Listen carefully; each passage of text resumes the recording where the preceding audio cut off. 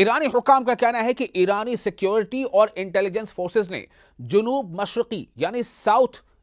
Eastern صوبے سیستان اور بلوچستان میں متعدد مربوط کارروائیوں میں ایک سرغنہ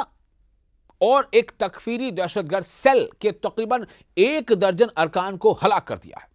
آپ کو بتا دیں کہ الگ الگ ذرائع سے یہ خبریں آ رہی ہیں، بلکہ آپ کو ہم یہ کوٹ کرتے ہیں، جو خبر رساں ایجنسیز کا نام ہے تسنیم، اس نے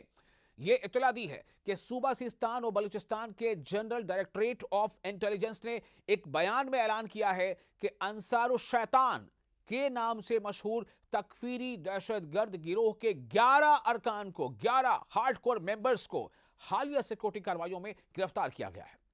بیان کے مطابق یہ گرفتاریاں پاسداران انقلاب اسلامی کی قدس بیس یعنی IRGC گراؤنڈ فورس، سیستان اور بلوچستان کے صوبائی انٹیلیجنس ڈائریکٹریٹ اور پولیس فورسز کی جانب سے کی گئی ہے اور اس پہ 3 مشترکہ کارروائیوں کے دوران کی گئی ہے۔